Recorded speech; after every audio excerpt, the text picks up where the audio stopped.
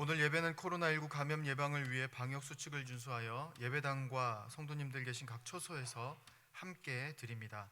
마음과 뜻과 정성을 다해 온전히 예배드릴 수 있기를 바랍니다. 이제 다 함께 일어나셔서 주님의 성령 찬송하심으로 부활절 네 번째 주일 예배를 하나님께 드리겠습니다.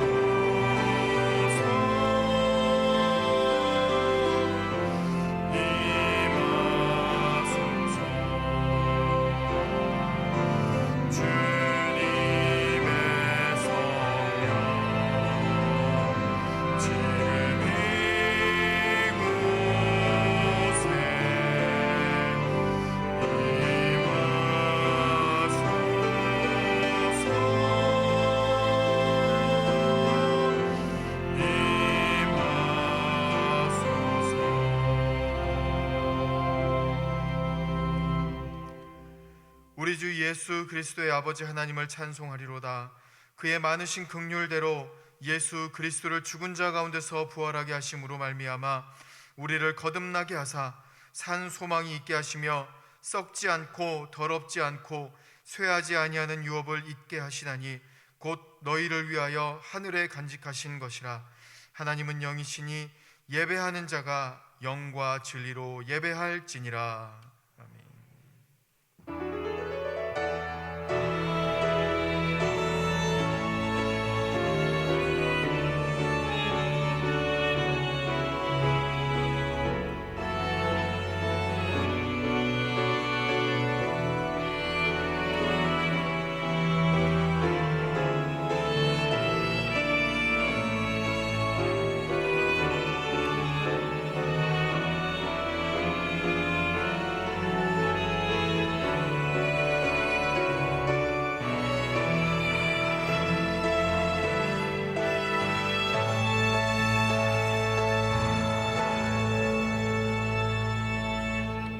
찬송을 받으시기에 합당하신 창조주 하나님, 주님의 은총 속에 실록이 짙어가는 계절이 되었습니다. 이처럼 복되고 좋은 날에 저희들에게 하나님을 경외하는 마음을 심어주시고 또한 건강한 육신을 허락하셔서 주의를 지키며 영과 진리로 예배하게 하시니 감사합니다. 기쁨으로 하나님을 섬기며 노래하면서 주님 앞으로 나아오니 우리가 드리는 예배를 받아 주옵소서. 이 예배를 통하여 여호와는 우리의 하나님이신 것을 알게 하옵소서. 예수님의 이름으로 기원하옵나이다. 아멘.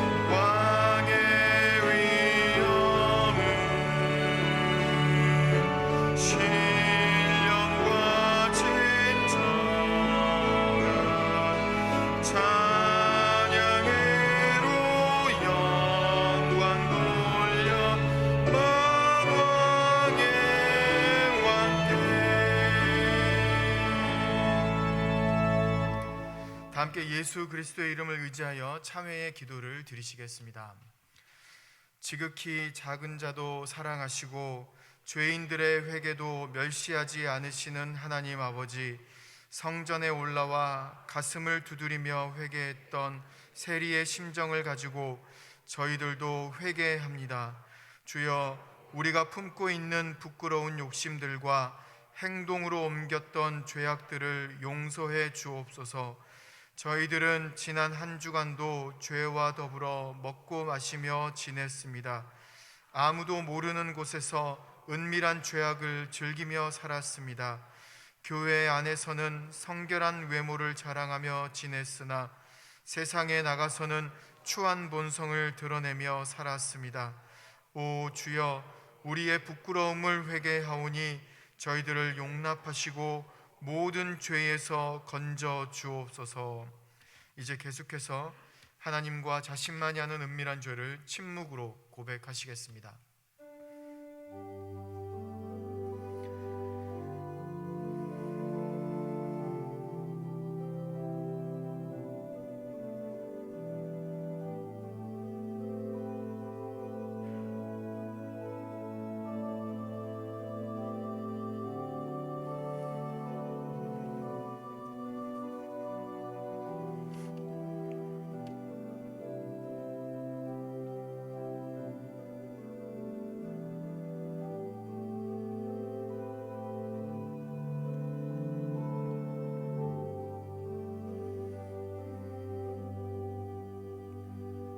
여기 하나님께서 우리에게 주신 용서의 말씀이 있습니다. 주 예수 그리스도의 이름과 우리 하나님의 성령 안에서 씻음과 거룩함과 의롭다 하심을 받았느니라. 그러므로 이제 그리스도 예수 안에 있는 자에게는 결코 정죄함이 없느니라. 아멘. 문답 형식으로 된 사도신경으로 신앙 고백하시겠습니다. 우리 각자는 경배와 헌신을 위해 어떤 하나님을 믿습니까? 나는 전능하신 아버지 하나님, 천지의 창조주를 믿습니다. 우리 각자는 죄와 죽음의 문제를 어떻게 해결합니까? 나는 그의 유일하신 아들 우리 주 예수 그리스도를 믿습니다. 그는 성령으로 잉태되어 동정녀 마리아에게서 나시고 본디오 빌라도에게 고난을 받아 십자가에 못 박혀 죽으시고 장사된 지 사흘 만에 죽은 자 가운데서 다시 살아나셨으며 하늘에 오르시어 전능하신 아버지 하나님 우편에 앉아 계시다가 거기로부터 살아있는 자와 죽은 자를 심판하러 오십니다. 우리 각자는 영생과 거룩함의 소망을 어떻게 이루어 갑니까? 나는 성령을 믿으며 거룩한 공교회와 성도의 교제와 죄를 용서받는 것과 몸의 부활과 영생을 믿습니다. 아멘.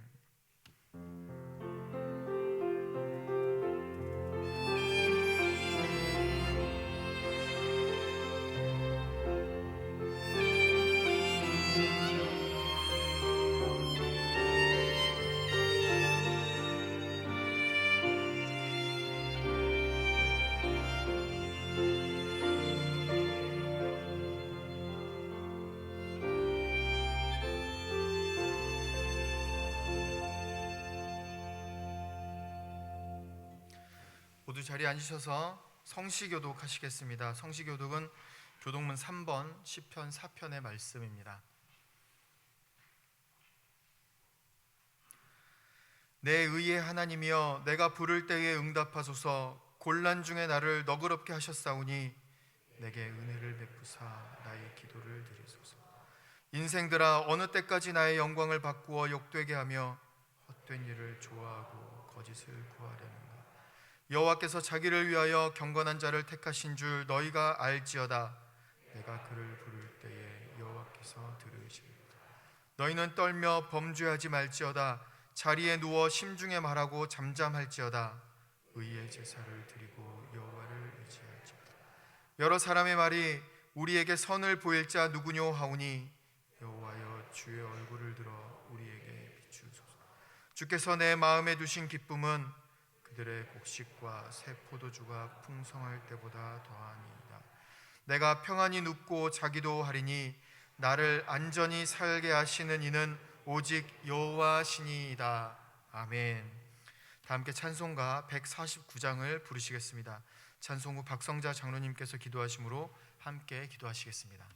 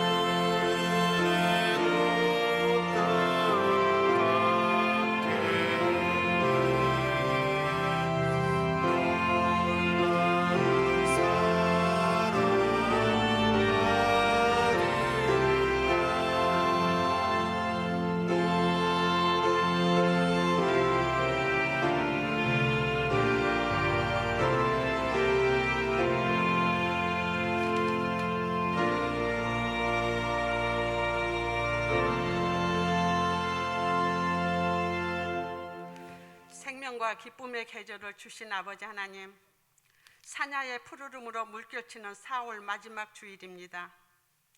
이 아름다운 세상을 만드신 하나님께 마음과 영혼이 기뻐하며 이 시간 한 목소리로 주의 이름을 찬양합니다. 십자가의 은혜로 구원해 주시고 하나님의 자녀로 삼아주신 그 사랑이 이 따스한 봄날같이 우리 삶 속에 스며들어 부활의 기쁨과 소망으로 살아가게 하소서.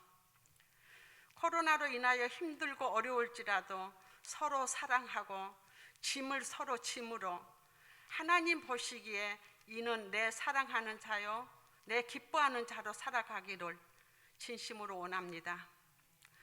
코로나 감염이 어서 사라져 정상적인 일상생활과 교회 예배와 사역들이 회복되어 다음 세대들의 웃음소리와 찬양이 가득한 예배가 드려질 수 있도록 은혜 내려 주소서. 청년들과 젊은 세대들에게도 꿈과 비전이 바르게 세워져 각자의 재능과 사명으로 일할 수 있는 일터를 허락하여 주시고 주의 오른손으로 붙들어 주소서.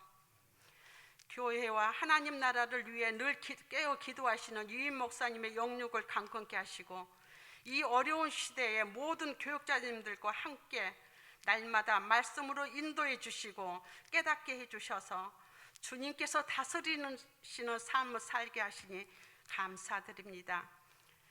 교육자님들의 가정을 지켜주시고 자녀들의 건강도 지켜주셔서 근심이 없게 하소서. 지난주에 코로나 새로운 시대를 맞이하여 하나님께 가까이 가는 세대를 소망하며 교육관 3층에 스튜디오 N을 오픈했습니다.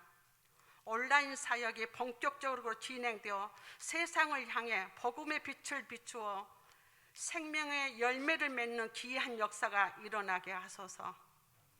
다음 주에는 장로 8명을 세우기 위한 공동의회가 있습니다.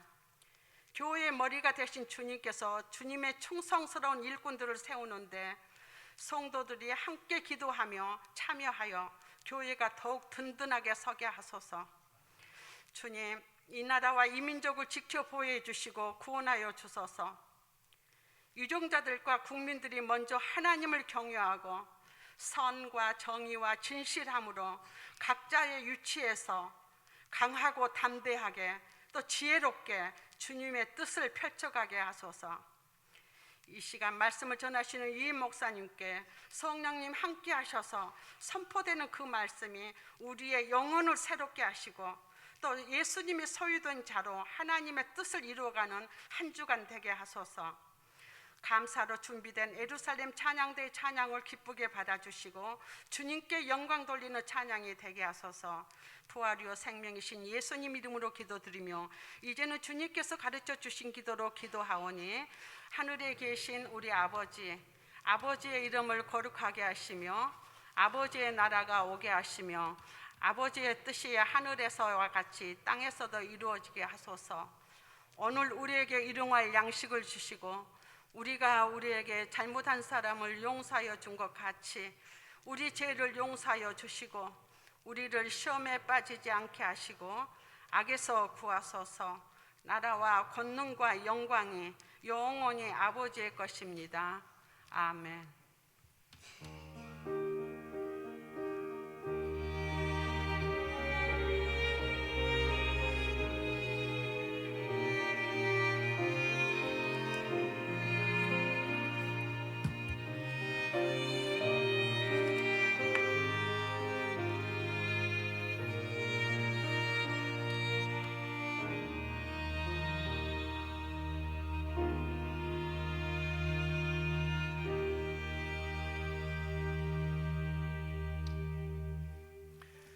할렐루야. 주의 전에 나오신 우리 성도님들 환영하고 축복합니다. 코로나19 바이러스가 계속 확산되어지고 있습니다. 우리 성도님들 각 개인 방역 또 잘 지켜주시기 바랍니다. 또 계속 기도해 주셔서 속히 우리가 정상적으로 함께 모여서 예배할 수 있는 날이 올 수 있도록 또 기도 부탁드립니다. 교회 소식 전하겠습니다. 오늘 찬양 예배는 가정 예배로 대신합니다. 가정 예배, 오순도수 직후 예배 꼭 드려주시기 바라고요. 가정 안에서 우리 성도님들 하나님께 예배함으로써 우리의 가정이 하나님께서 기뻐하는 복된 가정 세워질 수 있기를 소망합니다. 함께 예배해 주시기 바라고요. 금요 성령 기도회가 5월 7일 날 있습니다. 이제 올해 들어서 두 번째 금요 성령 기도회인데요. 5월 달이기 때문에 가정에 관련된 말씀을 나누고자 합니다. 장신대 목회 상담 교수이신 이상학 교수님이 오셔서 또 말씀 전해 주십니다. 많은 은혜가 있을 것입니다. 사모함으로 준비해 주시기 바랍니다. 5월 계획이 있습니다. 일정 보시고요. 이제 다음 주, 다다음 주 5월 첫째 주, 둘째 주는 장로 8인 선거로 인한 공동회의가 열리게 되고요. 5월 셋째 주, 넷째 주는 항중직 집사, 권사 선거가 또 있습니다. 위에서 기도해 주시기 바랍니다. 모임 안내입니다. 공동회의 소집 공고입니다. 다음 주일 일부 예배 후에 본당에서 장로 8인 선거에 관한 건으로 공동회의가 열리게 됩니다. 여러분 클로즈 뉴스 첫 번째 보면요. 이번 장로 선거는 8명입니다. 8분을 세우려고 하는데요. 8분 다 세워지면 좋겠지만 최소 4명 이상은 세워져야 돼요. 우리 장로님들이 은퇴를 많이 하셨기 때문에 장로님들이 많이 세워져야 됩니다. 그래서 최소 4명 이상은 세워져야 되기 때문에 우리 성도님들 함께 기도해 주시고 또 마음을 모아 주시기 바랍니다. 일정을 보면요. 5월 2일 다음 주에 이제 공동회 주일 일부 예배 후에 이제 투표가 시작이 됩니다. 그래서 1차 투표는 오전 8시가 아니라 일부 예배 후에 이제 투표가 되는 거니까 그렇게 8시에 투표할 수 없어요. 일부 예배 후에 투표할 수 있다는 거 기억하시고 이해해 주시기 바라고요. 3시 반까지 해 주시기 바랍니다. 1차에 또 안 되면은 2차 투표까지 실시하게 됩니다. 투표 장소는 교육관 1층 친교실에 있게 되고요. 투표 장소 소독 시간이 있습니다. 소독 시간을 제외한 시간에 투표할 수 있으니까 차질 없으시기 바랍니다. 선거 실시 방법은요. 저희 영세교회 한정지 선거에 관한 규칙에 의하면 2가지 방식이 있습니다. 첫 번째 방식은 공동의회에서 직접 무기명 비밀 투표가 있고요. 두 번째 방식은 당회에서 추천을 하면 그 추천한 후보를 가지고 또 공동의회 투표하는 방법이 있습니다. 첫 번째, 두 번째 방법이 있는데 이번에는 첫 번째 방식으로 진행하기로 결의했습니다. 무기명 비밀 투표입니다. 그래서 우리 성도님들께서 한 주간 동안 기도하시면서 장로 8분 후보를 생각하시고 오셔야지 다음 주에 와서 생각하시면은 어려워요. 그러니까 일주일 동안 기도하시면서 이렇게 명단 생각해 주시면 좋을 것 같습니다. 좀 코로나로 인해서 이렇게 모일 수는 없을 거예요. 예, 그래서 우리 원칙으로는 이제 공예배 이외에는 성도 간의 개인적인 모임을 갖지 못합니다. 왜냐하면 이제 선거 운동을 하지 못하도록 하기 위해서 그렇게 하는 건데요. 코로나이기 때문에 어차피 못 모이니까 상관이 없지만 그래도 개인적인 모임을 하지 마시고 공예배만 참여하시기 바랍니다.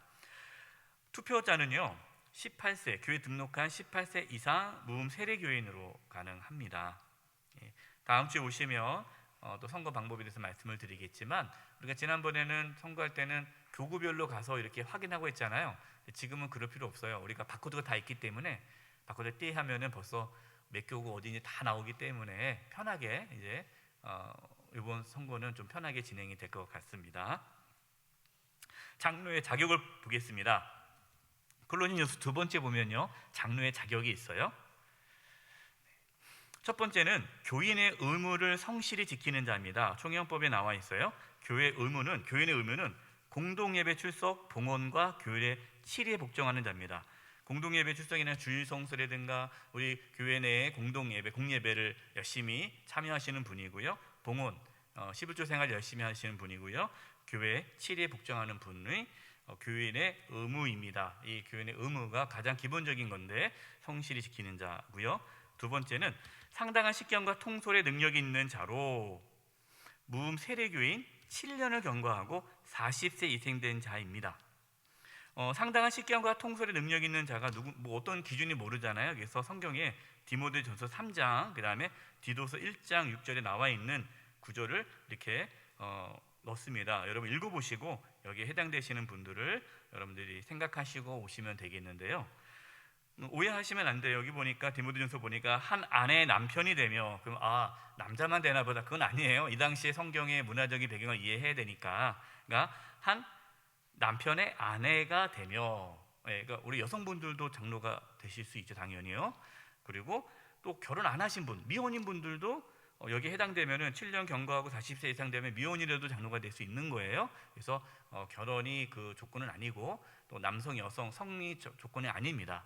다 이렇게 누구든지 이 조건에 맞으면 이렇게 장로로서 후보가 될 수 있습니다. 그다음 세 번째는 타국 시민권자가 아닌 자입니다. 총영법에 남아 있어서 타국 시민권자는 안 되는 걸로 되어 있습니다. 이렇게 세 가지 장로의 자격이 나와 있고요. 성도님들 한 주간 동안 기도하시면서 또 이번 우리 장로 선거를 통해서 우리 교회가 더 든든히 세워질 수 있도록 기도 많이 해주시기 바랍니다. 최소 4분 이상이 돼야 한다는 거 성도님들 기억하시고 함께 마음을 모아주시기를 부탁드립니다. 네, 1차, 2차 이제 장로 선거 이후에 또 바로 이어서 또 우리 권사님, 또 집사님, 안수 집사님 선거가 있습니다. 위에서도 기도 부탁드립니다. 교제란입니다. 별세 소식입니다. 1교구 4구역 이항 집사님 시부상이 있었습니다. 슬픔 가운데 있는 가족을 또 위로해 주시기 바랍니다. 나머지 광고는 주보를 참고해 주시고요. 우리 옆에 분들과 인사 나누겠습니다. 오늘 말씀의 제목이 오직 십자가예요. 오직 십자가. 이렇게 인사했으면 좋겠습니다. 오직 십자가만 자랑하십시오.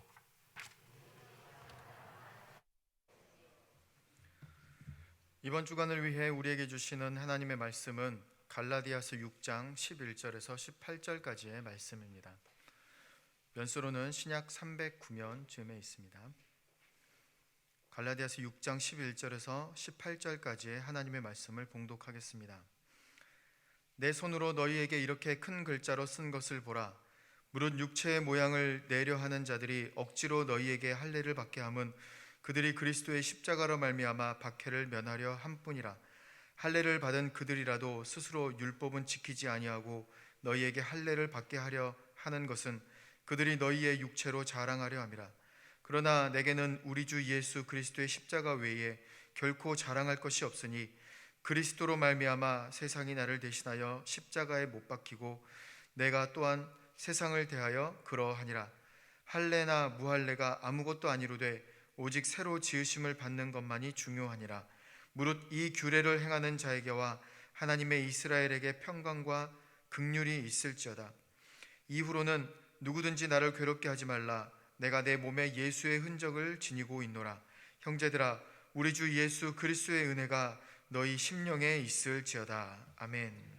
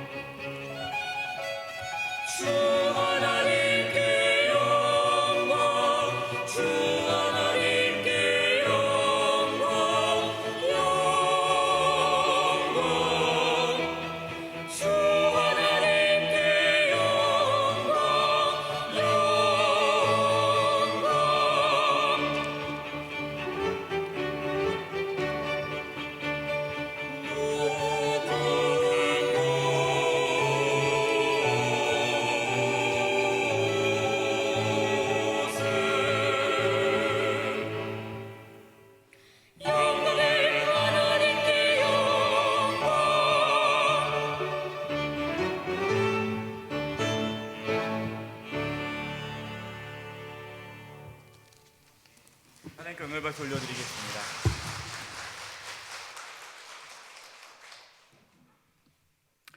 오늘 말씀으로 갈라디아서 말씀을 마치게 됩니다. 갈라디아서 말씀을 나누게 된 계기는 우리가 코로나 이 시대에 우리의 신앙을 점검하고 우리가 정말 하나님께서 기뻐하는 올바른 방향으로 신앙생활을 하고 있는가 되돌아보기 위해서 갈라디아서 말씀을 나누게 되었습니다. 갈라디아서 말씀은 참 짧은 말씀이지만 이 갈라디아서 말씀은 우리가 어떻게 신앙생활을 해야 되는지, 신앙의 본질과 핵심이 무엇인지를 정확하게 말씀하고 있어서 그동안 말씀을 나누게 되었습니다. 갈라디아서 말씀이 어떤 내용이다, 우리가 지식적으로 아는 게 중요한 것이 아니라 갈라디아서 말씀에 나와 있는 하나님 말씀대로 우리가 살아가는 것이 중요하죠. 신앙은 실제입니다. 우리가 실제적으로 그렇게 살아가는 것이 참된 신앙의 모습입니다. 오늘 이제 갈라디아서 말씀 마지막이고 오늘 말씀이 갈라디아서의 결론의 말씀에 해당됩니다.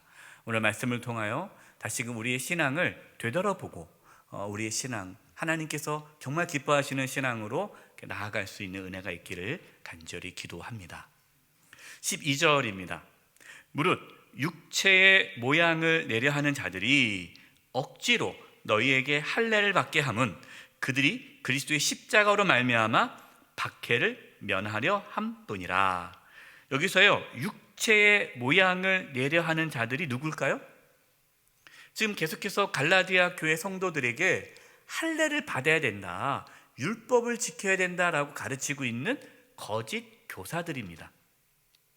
이 거짓 교사들은 육체의 모양을 내는 데 관심이 있어요. 이것은 뭐냐면요, 다른 사람들 눈앞에 보이는 거, 그러니까 겉모습에 이렇게 치중하며 신앙생활했던 사람이다라는 것을 말씀하고 있습니다.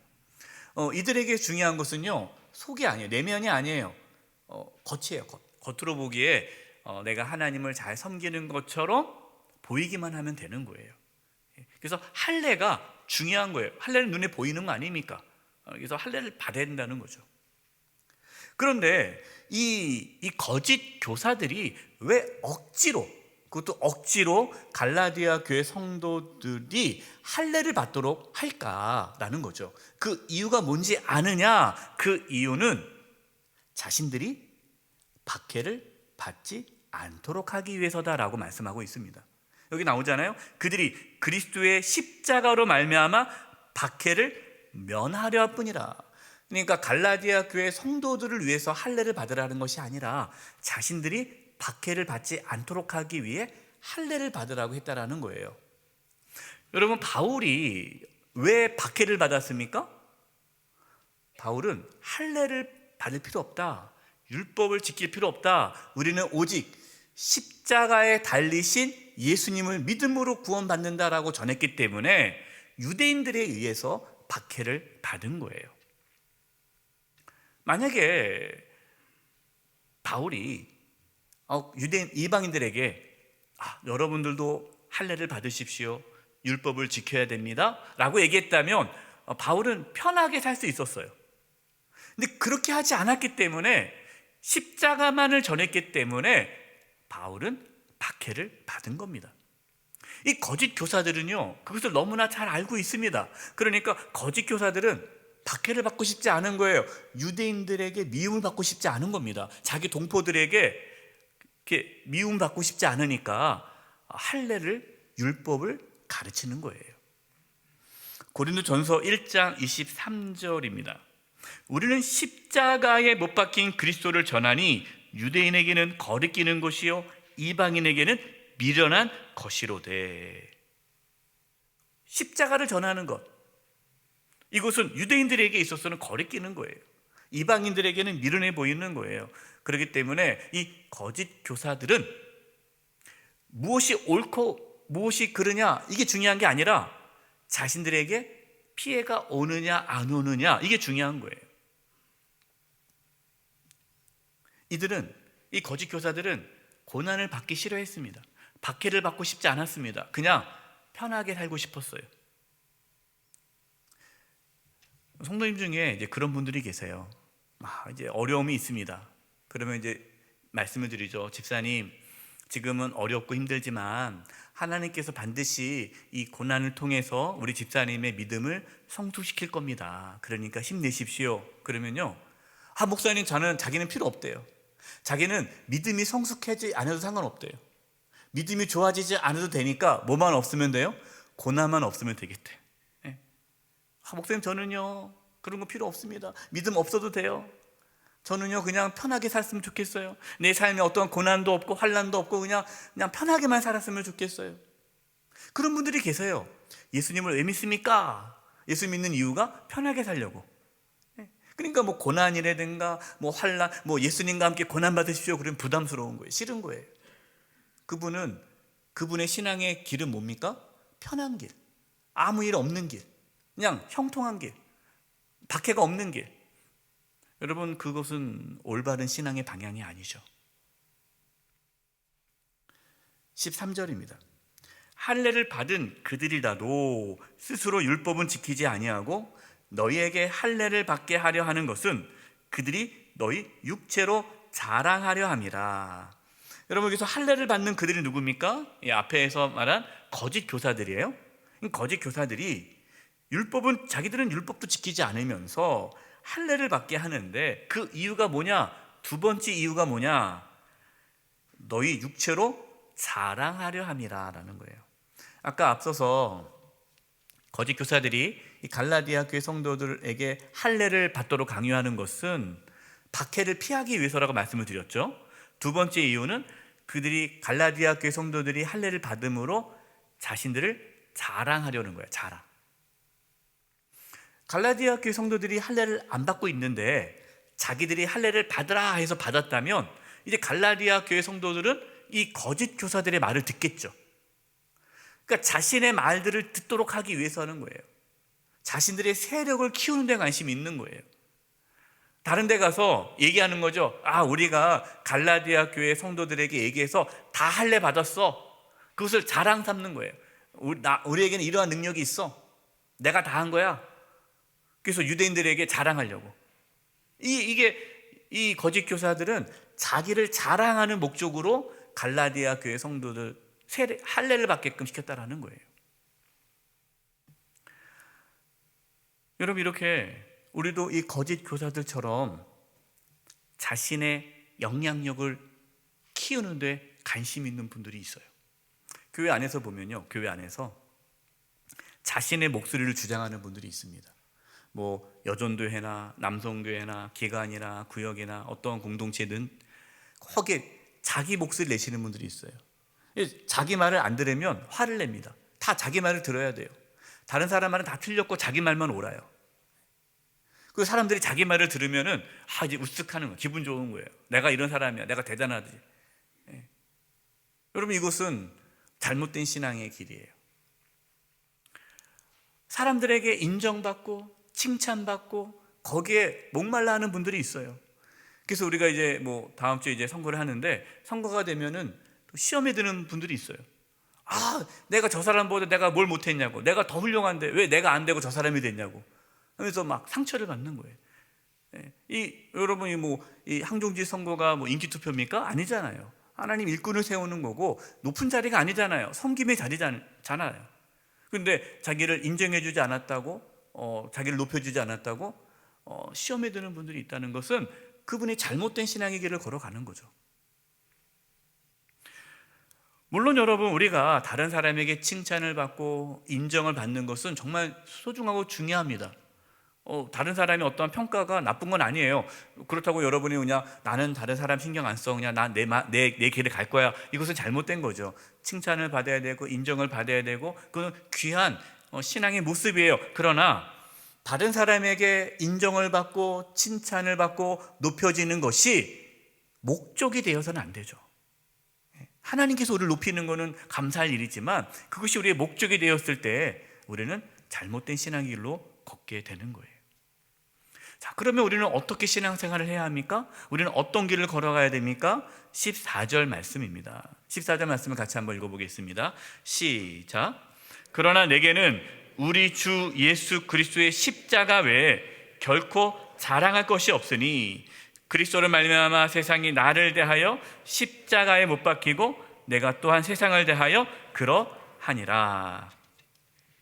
바울은 자신은 자랑할 것이 오직 십자가밖에 없다라고 합니다. 여러분, 사실 그렇지 않잖아요. 바울이 자랑할 게 얼마나 많습니까? 그동안 바울이 얼마나 많은 교회를 세웠습니까?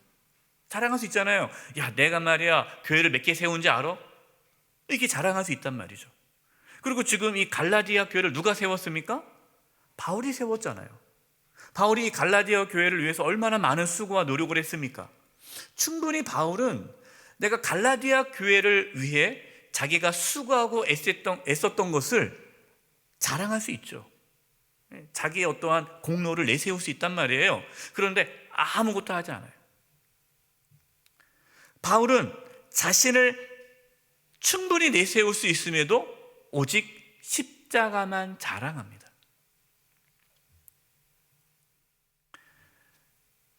여러분, 갈라디아서 말씀의 결론이 오늘 말씀이라고 했는데, 갈라디아서 말씀의 결론은요, 오직 십자가예요. 오직 십자가. 십자가만이 우리의 자랑이 된다라는 것이 갈라디아 말씀의 결론이에요. 여러분의 자랑은 무엇입니까? 어떤 분들은 모이면 자식 자랑하고 싶어가지고 견디지 못하는 분들이 있어요. 손주 자랑. 이게 하고 싶은 거예요. 우리 손주가 이번에 어디 대학을 갔고 뭐하고 좋은 직장에 취업했고 막 자랑하고 싶은 거예요. 어떤 분들은 사회적인 지위야 어떤 그 신분 있지 않습니까? 이걸 자랑하고 싶어요. 그런데 자랑할 게 없어요. 은퇴하니까. 그러니까 명함이 없단 말이에요. 그러니까 사람을 안 만나요. 그러니까 명함이 있을 때는 다니면서 저 누굽니다 막 내놓으면서 나 이런 사람입니다 으쓱할 텐데 내놓을 게 없는 거예요. 은퇴하고 나니까. 그러니까 사람을 안 만나는 분들이 있어요. 자랑을 못하니까. 그동안 내가 교회를 위해서 내가 이러한 일을 했다 저러한 일을 했다 이걸 자랑으로 삼는 분들이 있어요. 그동안 내가 하나님을 위해서 어떻게 많은 일을 했는지 이러한 일을 했다 저러한 일을 했다는 것을 다 나누고 싶은 거예요. 자랑하고 싶은 거예요. 내세우고 싶은 거예요. 어떤 분은 교회를 자랑합니다. 내가 영세교회 다닌다고. 영세교회 자랑스러운 만 하죠. 네, 영세교회 다니는 거. 근데 제가 전에 있는 교회에 섬겼을 때 막 교인들이 이제 자랑을 합니다. 내가 어느 교회 다닌다고. 이름만 대면 다 아는 교회 다니잖아요. 예. 그리고 내가 그 교회 내가 장로라고, 내가 그 교회 내가 권사라고. 그러면서 그것이 하나의 자기가 다니는 교회가 하나의 자기를 과시하는 으로 쓰는 거예요. 그건 잘못된 거죠. 우리가 섬기는 교회를 소중히 여기고 정말 자랑스럽게 여기는 건 귀한 거지만 그것이 나를 뽐내는 데 쓰면 안 되는 거예요. 우리는 오직 십자가만 자랑하는 거죠. 여러분, 이것이 어렵습니다. 왜냐하면 사람은 끊임없이 뭔가 자랑하고 싶은 마음이 있어요. 자랑할 게 없으면 낙심합니다. 그래서 오직해서 자랑할 것이 없으면 뭘 자랑합니까? 내가 저 사람 아는데 하고 그 사람 훌륭한 사람을 끌어다가 자랑을 해요. 내가 그 사람 안다고. 그러면서 뭔가 나도 대단한 것처럼. 근데 가만히 보면 잘 모르면서 이렇게. 그 정도로 우리는 자꾸만 과시하려고 그러고 자랑하려고 하는데 그것은 잘못된 신앙의 길이라는 거예요. 여러분, 십자가는 무엇입니까? 십자가는 오히려 우리의 연약함을 드러내줘요. 십자가를 자랑한다는 건 뭡니까? 나의 연약함을 내세운다는 거예요. 내가 죽을 수밖에 없는 죄인임을 고백하는 게 십자가잖아요. 그래서 바울은 자신의 약함을 자랑합니다. 왜요? 자신의 약함으로 인해서 하나님의 은혜가 더 나타나기 때문에 나는 죽을 수밖에 없는 죄인, 나는 죄인 중에 괴수지만 나를 죽을 수밖에 없는 나를 구원해 주신 그 하나님의 은혜를 자랑하지 않습니까? 여러분, 이것이 올바른 신앙의 길이에요. 갈라디아서 말씀을 통해 두 가지의 신앙의 모습이 보입니다. 우리는 둘 중에 하나의 신앙의 길을 걸어가는 거예요. 하나는 거짓 교사들이 걸어갔던 것처럼 육체를 자랑하는 거예요. 자기를 자랑하는 거죠. 자기를 높이는 데 관심이 있는 거예요. 이렇게 신앙생활 하시는 분들은요, 희생을 하지 않습니다. 고난에 동참하지 않습니다. 오로지 자기가 주인인 거예요. 그래서 교회 열심히 섬기는 목적도 자기를 드러내기 위해서죠. 자기를 나타내기 위해서 열심히 하는 거예요. 그래서 남이 알아주지 않으면 화가 나고 속상한 거죠. 여러분, 그분은 거짓 교사가 걸어가는 잘못된 신앙의 길이에요. 우리가 걸어갈 길은요, 바울이 걸어가는 길. 그 길은 어떤 길입니까? 오직 십자가만 자랑하는 길이에요. 자기를 높이는 것이 아니라 예수님을 높이는 것. 그 길에는 고난과 섬김과 희생이 있는 거죠. 여러분, 이 둘 중에 신앙의 길이 있는데 여러분은 지금 어느 길로 신앙생활을 하고 있습니까? 저와 여러분, 오직 십자가만 자랑하는 그 신앙의 길을 걸어갈 수 있기를 바랍니다. 오직 십자가만을 자랑하는 자는요, 세상과 구별된 삶을 살아갑니다. 뭐라고 했죠? 바울이 세상이 자신에게 십자가에 못 박혔고 자신도 세상에 대해서 십자가에 못 박혔다라고 합니다. 여러분, 이게 무슨 표현이죠? 내가 세상을 향하여 십자가 못 박혔고 세상도 나를 향하여 십자가 못 박혔어요. 못 박혔다라는 것은 죽었다라는 거예요. 관계가 없다라는 거예요. 우리가 세상 속에 살지만 세상 사람들과 똑같이 살지 않는다라는 거죠. 이게 십자가만 자랑하는 사람의 삶의 모습이에요. 여러분, 교회가 세상으로부터 손가락질을 받습니다. 그 이유가 뭡니까? 교회가 세상으로 손가락질 받는 이유는 세상과 똑같기 때문이에요. 똑같으면 손가락질 받는 거예요. 근데 더 심한 교회는요, 세상보다 더 해요. 세상보다 더 자기를 위해 살아가요. 그러면은 그거는 손가락질을 받을 수 있는 거죠. 저는 소망하는 게 있어요. 기도하는 게 있는데 그 기도 제목 중에 하나는 우리 영세교회가 오직 십자가만을 자랑해서 세상과 구별된 교회가 되기를 소망합니다. 여러분, 이걸 위해서 기도해 주시기 바랍니다.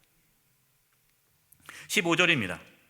할례나 무할례가 아무것도 아니로되 오직 새로 지으심을 받은 것만이 중요하니라. 바울은 할례를 받든지 할례를 받지 않든지 그게 중요하지 않다. 왜? 할례가 구원을 이루어주는 게 아니니까. 그러니까 할례를 받아도 되고 안 받아도 되고 그게 중요한 게 아니다. 진짜 중요한 것은 오직 새롭게 지음받는 것이다 라는 거예요. 새롭게 지음받는 것, 이게 중요하다는 거예요. 여러분, 새로 지으심을 받는다는 게 무슨 말입니까? 예수님을 믿고 새로운 피조물이 되는 거예요. 이것이 고린도후서 5장 17절입니다. 우리 같이 한번 읽어보겠습니다. 시작. 그런즉 누구든지 그리스도 안에 있으면 새로운 피조물이라. 이전 것은 지나갔으니 보라, 새 것이 되었도다. 여러분, 우리가 누구 안에서 새로운 피조물이 됩니까? 예수님 안에 있을 때에, 우리가 예수님을 믿을 때에, 그 십자가의 은혜를 경험할 때에 새로운 피조물이 되는 거예요. 그게 중요하지 다른 게 중요하지 않다라는 겁니다. 내가 그동안 하나님을 위해서 내가 어떻게 살았는데, 내가 교회를 위해서 어떤 일을 했는데, 내가 했던 것들, 나의 선함과 나의 그 모든 자랑을 아무리 나열해내도 그곳으로 천국 가는 게 아니라는 거죠. 그게 중요한 게 아니고 오직 예수님을 믿을 때 구원을 받는다라는 겁니다. 이 말씀을 또 오해해서 그래, 이제 다 필요 없구나, 교회 봉사도 필요 없고 내가 충성도 필요 없고 예수님만 잘 믿으면 되니까 그냥 나 이제 아무것도 안 하고 그게 살아야지. 그건 아니죠.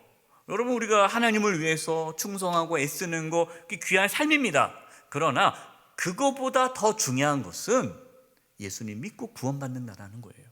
내가 아무리 많은 일을 해도 예수 믿고 구원받지 못한다면 그게 무슨 소용이 있겠느냐라고 지금 말씀하고 있는 거죠. 제가 몇 번 말씀을 드렸는데 또 말씀을 드린다면, 영락교회 한경진 목사님께서 이제 은퇴하시고 남한산성에 이제 계실 때, 한경진 목사님께서는 한국 교회의 대표적인 목사님이시기 때문에 대표적인 다른 교단 목사님들도 한경진 목사님 찾아가서 조언을 구했습니다. 그러면 이게 한국의 교회 대표적인 기라성 같은 목사님들, 대표적인 목사님들, 대형교 목사님들이 이제 한경재 목사님 찾아가서 물어봐요. 목사님, 한국 교회가 여러 가지 어려움이 있는데 우리가 어떻게 교회를 섬겨야 됩니까? 목회를 어떻게 해야 합니까? 한번 조언 좀 해주세요. 그러면 한경재 목사님께서 늘 똑같은 말씀을 하세요. 무슨 말씀하십니까? 목사님들, 예수님 잘 믿으세요. 예수님 잘 믿으세요. 한국 교회를 대표하는 목사로서 많은 일을 한다 할지라도, 대형 교회 담임 목사로서 많은 일을 한다 할지라도, 한국 교회를 위해서 대단한 업적을 쌓는다 할지라도 그것 갖고는 천국 가는 게 아니라는 거죠. 예수님을 잘 믿어야 된다는 거예요. 여러분들이 예수님만 잘 믿는다면 한국 교회는 문제 없다는 거예요. 진짜 중요한 게 뭐냐? 예수님 잘 믿는 거다라는 거죠. 마태복음 7장 22, 23절에 예수님께서 비유로 말씀하셨습니다. 그날에 많은 사람이 나더러 이르되 주여 주여 우리가 주의 이름으로 선지자 노릇하며 주의 이름으로 귀신을 쫓아내며 주의 이름으로 많은 권능을 행하지 아니하였나이까 하리니 그때 내가 그들에게 밝히 말하되 내가 너희를 도무지 알지 못하니 불법을 행하는 자들아 내게서 떠나가라 하리라. 주의 이름으로 귀신을 쫓아내고 선지자 노릇하고 위대한 일, 하나님의 권능을 많이 행했지만 내가 너희들을 모른다. 여러분 진짜 그럴 수가 있어요. 여러분 제가 영세계 담임 목사라고 해서 그것 때문에 제가 천국 가는 거 아니지 않습니까? 제가 목회를 열심히 한다고 해서 성도들에게 칭찬을 받고 한국교회 내가 빛나는 목회자가 됐다고 해서 그거 갖고 천국 가는 거 아니잖아요. 열심히 목회해도 천국 못 갈 수가 있어요. 왜? 예수님을 제대로 안 믿으면. 저는 저를 포함해서 이 자리에 계신 우리 모든 성도님들이 정말 예수님을 바르게 믿어 우리가 나중에 다 주님 앞에 서게 되지 않습니까? 주님 앞에 섰을 때 잘했다 칭찬받는 거, 좀 그게 소원이에요. 사람들에게 인정 못 받아도 괜찮아요. 알아주지 않아도 괜찮아요. 그게 뭐가 중요합니까?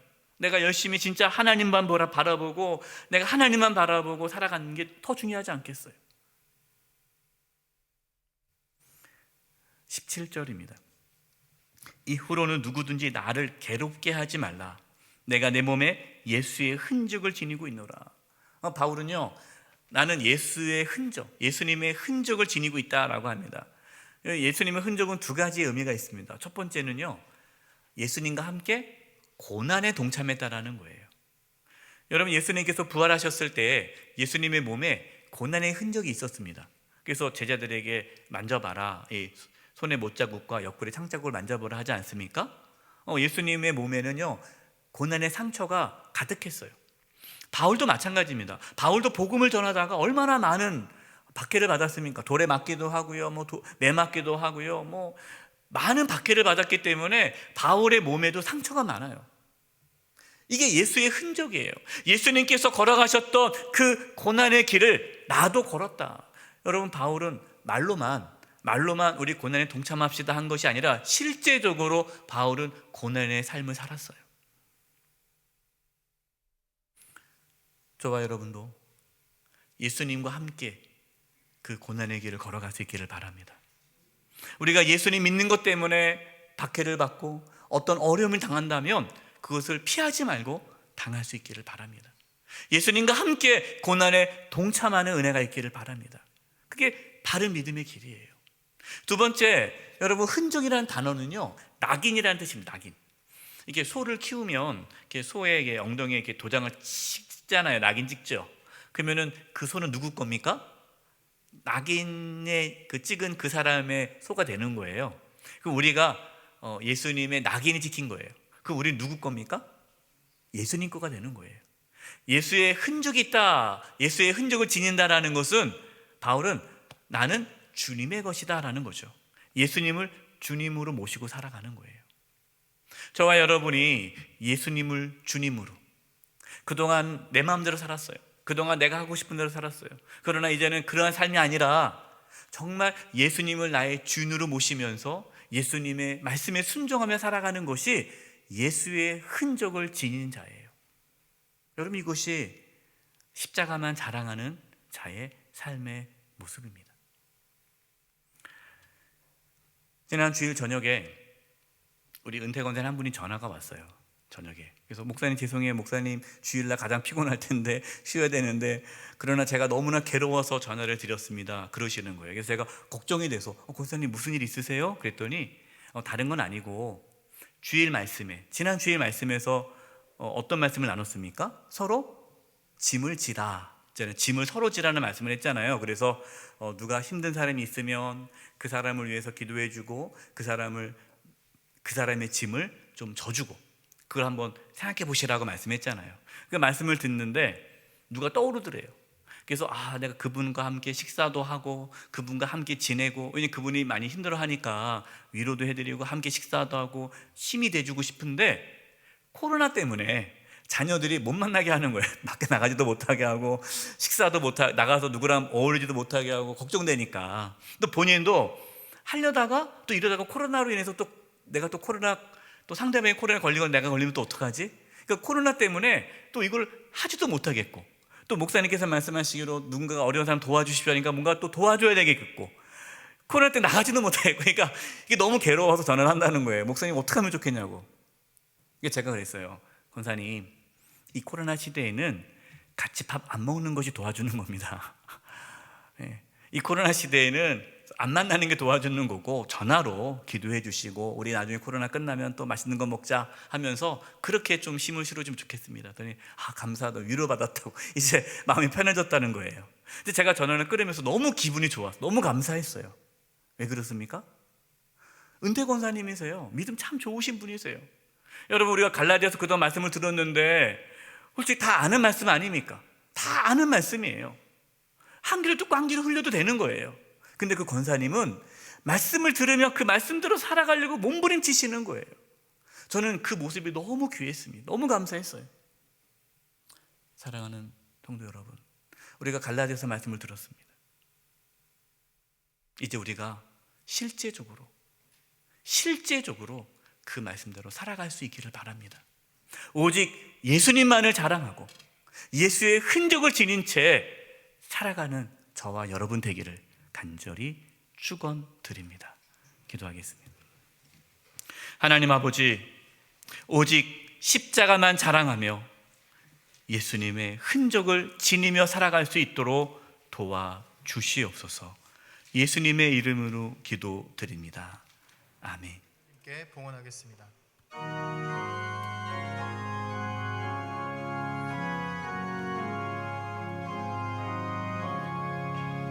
십자가 그늘 아래 나 쉬기 원하네.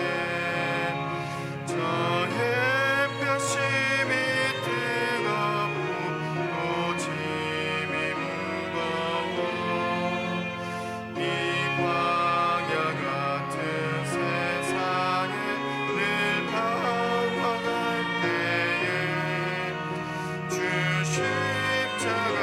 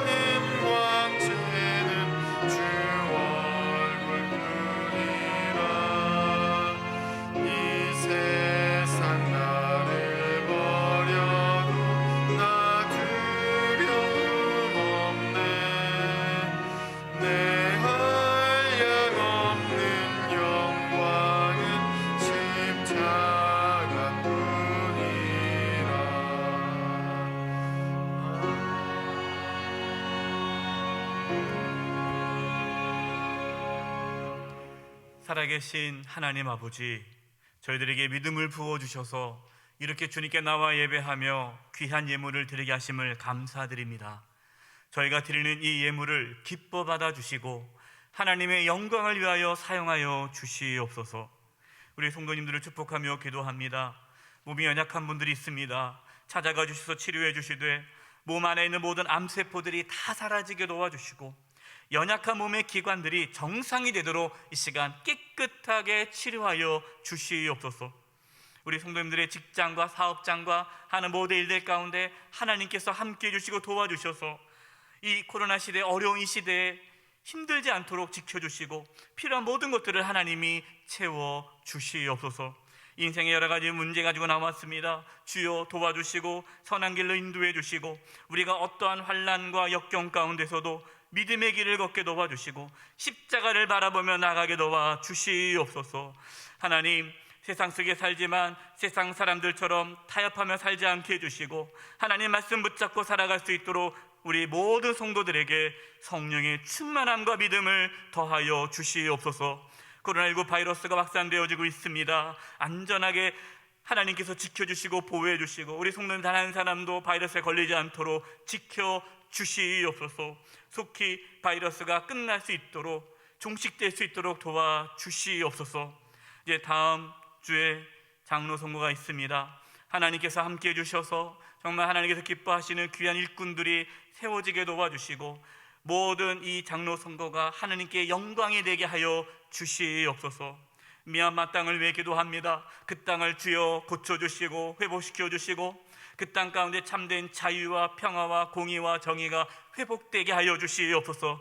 북녘 땅도 하나님 구원하여 주시고 이 땅에 다시는 전쟁의 아픔과 고통이 찾아오지 않도록 이 나라의 안보도 보호하여 주시옵소서. 한 주간의 삶을 주님께 의탁드리옵고 예수님의 이름으로 기도드립니다. 아멘.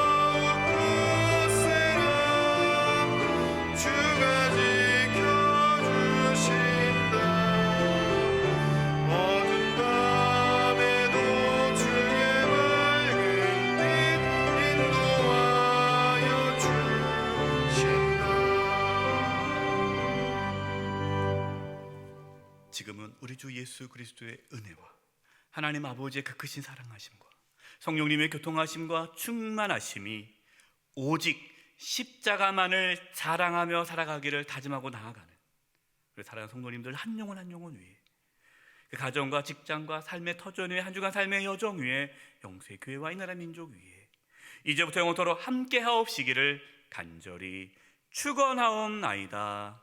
아멘.